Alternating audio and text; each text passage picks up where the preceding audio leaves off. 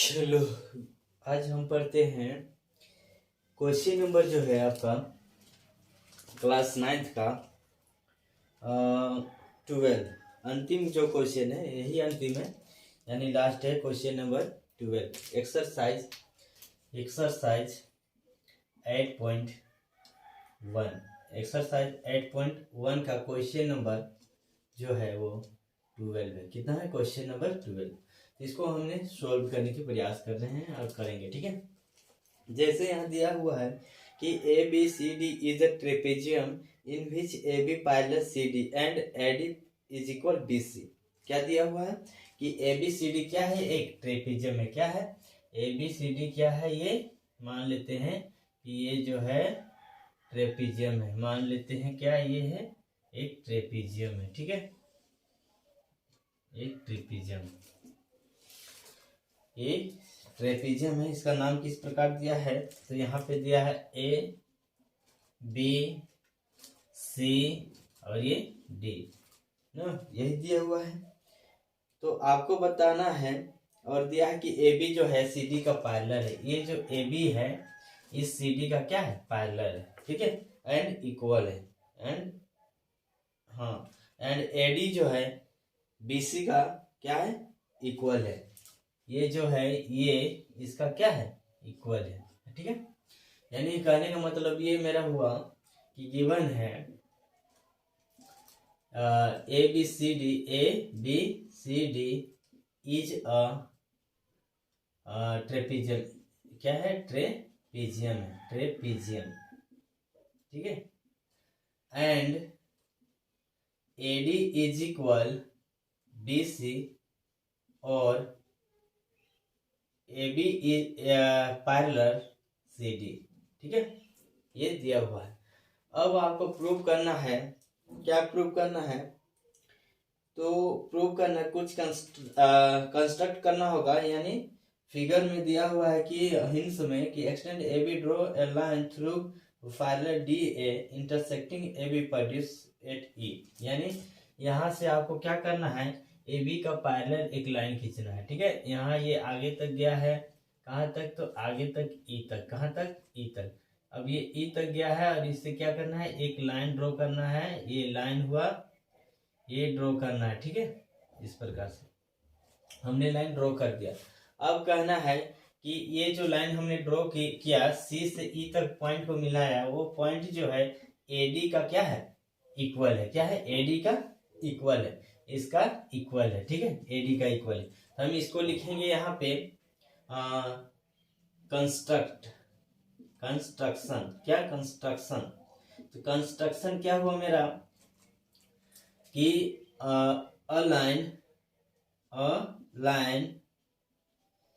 C E draw, a line C E draw equal to line किसका? A D का equal ना, A D, ठीक है। ये हमने यहां से ये किया। तो अब हम कह सकते हैं ना, क्या कह सकते हैं? तो ये लाइन इक्वल किसके किसके साथ हो जाएगा? तो ए डी का इक्वल हो जाएगा। यानी A D is equal B C और B C is equal E C ना। हाँ, बाय कंस्ट्रक्शन अभी जो ऊपर में लिखे उसके अनुसार लिख सकते हैं हम। ये हम इसको क्या करते हैं ना, कुछ फर्स्ट इक्वेशन मान लेते हैं। अब हमको प्रूव करना है कि टू प्रूव, क्या करना है? टू प्रूव, यानी प्रूव ये करना है कि क्या ये प्रूव करना है कि ये जो एंगल है ए एंगल और एंगल बी है इक्वल होगा, ठीक है। एंगल ए पहला प्रूव करना है कि angle A is equal angle B. Second आपको ये प्रूव करना है कि angle B is angle D है, angle D is equal angle C, या angle C is equal angle D. आप जो बोलना चाहेंगे वही प्रूव करना है, ठीक है। यानी उसके बराबर इक्वल दिखाना है। और क्या दिया है कि triangle A B C congruent triangle B A D, यानी triangle A B C and congruent triangle B triangle B A D. Fourth में हमको ये प्रूव करना है कि ये जो है इस ट्राइंगल का बी डी यानी ट्रेपेजियम का जो डायगोनल है, यानी diagonal A C is equal diagonal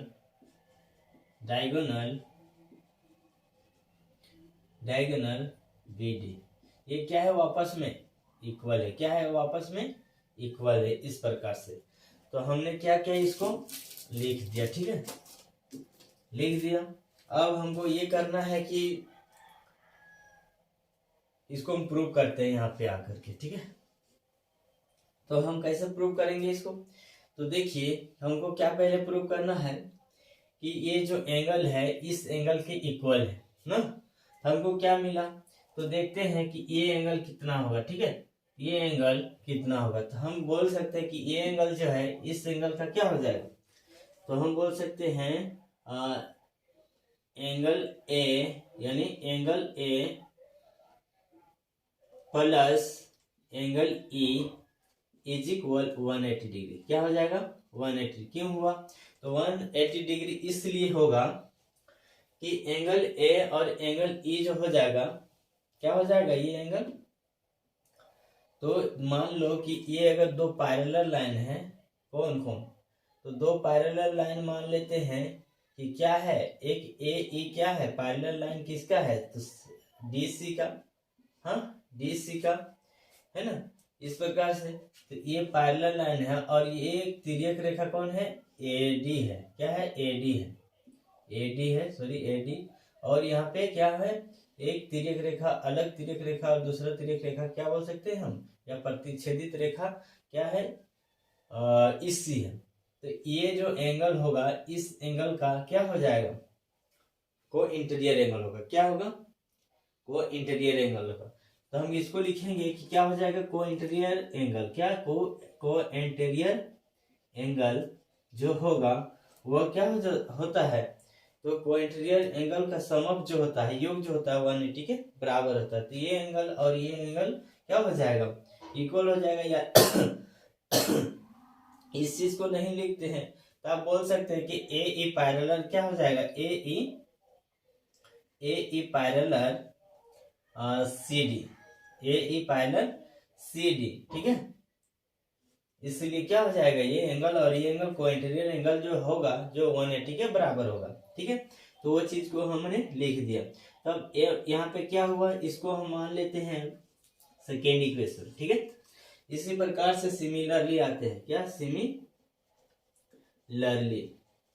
तो सिमिलरली हमको क्या देखने को मिला, तो यहाँ पे देखेंगे कि यहाँ बी पॉइंट पे तो ये एंगल और ये एंगल टोटल एंगल क्या बनाता है, एक लीनियर एंगल बना रहा है। हम बोलेंगे कि एंगल बी जो होगा प्लस एंगल बी, एंगल हम इसको बोले, एंगल बी किसको बोले, एंगल बी इसको बोले, इधर वाले को। ठीक है, और इधर वाले को क्या बोलेंगे, तो ई बी सी बोलेंगे। क्या बोलेंगे, एंगल ई बी सी ना, क्या बोलेंगे, एंगल ई बी सी। तो हम इसको मान लेते हैं, ये भी क्या क्यों हुआ, तो लीनियर पेयर एंगल। क्या हो गया, ये लीनियर पेयर एंगल। ठीक है, एंगल ये हो गया। अब इसको हम मान लेते हैं कुछ देर के लिए थर्ड इक्वेशन। क्या मानते हैं, थर्ड इक्वेशन। अब हम यहाँ देखें, क्या देखेंगे, तो ये जो एंगल है इस एंगल के क्या बराबर है, हाँ बिल्कुल है। क्यों है, हम बोलेंगे कि since BC is equal EC ना, तो क्यों BC जो हुआ EC का इक्वल क्यों हुआ, हम जानते क्या है कि BC का इक्वल जो था कौन था, AD था ना, इक्वल AD था ना।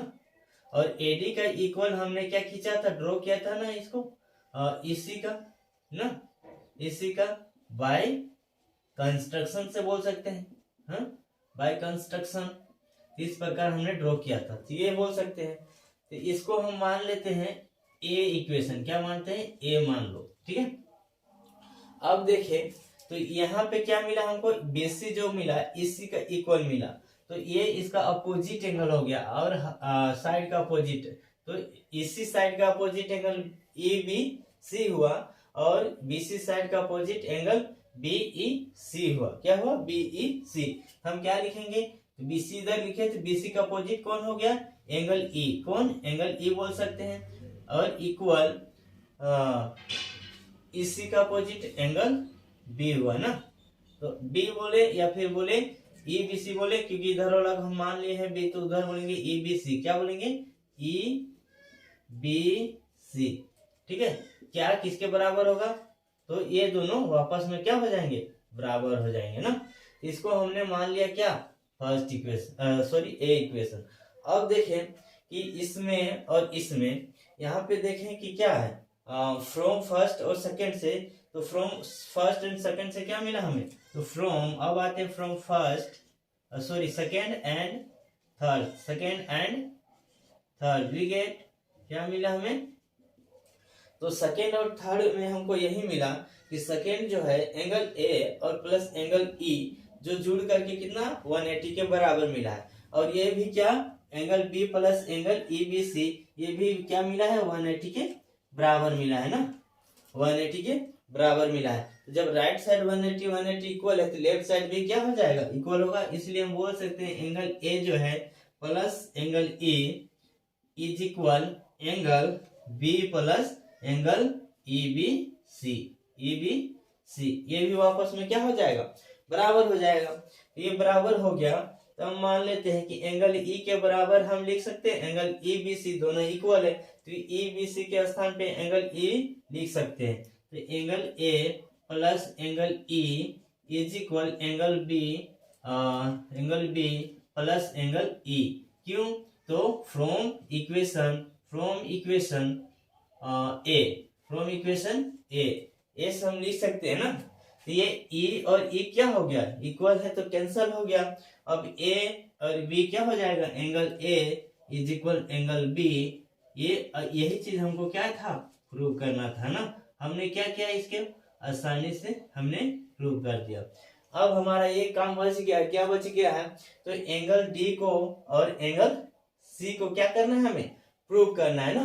तो एंगल D को और C को इक्वल करना है। तो कैसे प्रूव करेंगे? इक्वल करेंगे तो हम क्या जानते हैं? देखते हैं।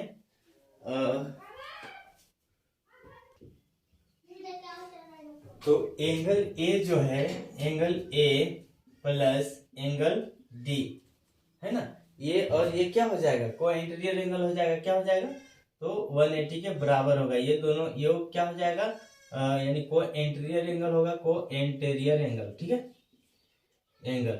एंगल से डिनोट कर सकते हैं या एंगल लिख सकते हैं। ये हो जाएगा 180 के बराबर। इसको हम मान लेते हैं इक्वेशन नंबर, उसको ए मान लेते हैं, इसको थर्ड मान लेते हैं, तो इसको मान लेते हैं 4। क्या? 4। ठीक है, ये 4 हुआ। अब इसी प्रकार से सिमिलरली हम बोल सकते हैं एंगल बी और एंगल सी का सम क्या हो जाएगा? Angle A plus angle D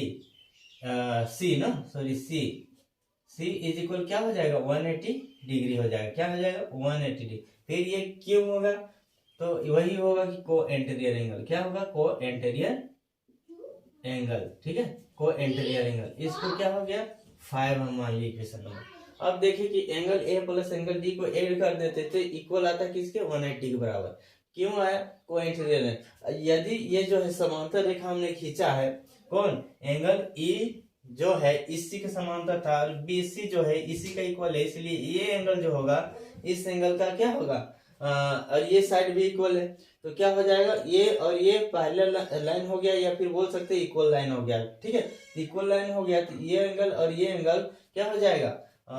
equal होगा। कैसे होगा? तो ये देखते हैं। यहाँ पे हम लिख सकते हैं कि फ्रॉम इक्वेशन इसमें 4 and 5 में, फ्रॉम इक्वेशन 4 and 5 हमें क्या मिला? वी गेट, हमें मिला यही, हमें ये मिला कि ये राइट साइड 180 के बराबर है, लेफ्ट साइड इसका वैल्यू 180 के बराबर है। तो हम बोल सकते हैं एंगल ए जो है प्लस एंगल डी इक्वल हो जाएगा angle A plus angle C ना, इक्वल होगा। इस प्रकार से हमने इक्वल कर दिया। अब एक चीज बताओ हमें, एंगल ए लिख दिए हैं, यहाँ पे एंगल बी होगा, angle B plus angle C होगा, यहाँ पे angle B plus angle C होगा, ये चीज होगा।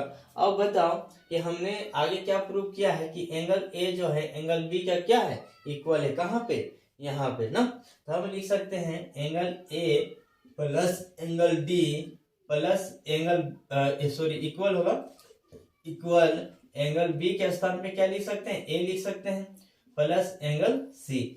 एंगल बी के स्थान पे एंगल ए इसलिए लिख सकते हैं कि यहाँ पे देखेंगे हम क्या किए हैं कि since angle A is equal angle B from above, कहाँ, फ्रॉम एबव, ठीक है, फ्रॉम एबव। तो क्या हो गया, ये जो ए एंगल क्या हो गया, कट गया, तो एंगल डी जो हुआ एंगल सी के बराबर मिला ना, इसीलिए हम लिख सकते हैं एंगल सी जो है एंगल डी, ये क्या हो जाएगा, वापस में इक्वल हो जाएगा ना, इक्वल हो जाएगा। इस प्रकार से हमने क्या किया, इक्वल कर दिया। तो ये भी चीज हमने क्या किया, बड़े आसानी से प्रूव कर दिया ना। दो ही चीज हमें प्रूव करना था, दोनों हमने प्रूव कर दिया। अगर अच्छा लगे तो लाइक कमेंट एंड सब्सक्राइब जरूर कीजिएगा और बेल आइकन भी दबा दीजिएगा। अगर इसमें कोई त्रुटि है तो जरूर कमेंट में लिखिएगा और हमें सूचित करने की प्रयास कीजिएगा ताकि हम उसे सुधार ले, ठीक है। Thank you all of you. लेकिन इस चैनल को मोनेटाइज करवाने के लिए लाइक एंड सब्सक्राइब जरूर कीजिएगा। Thank you all of you.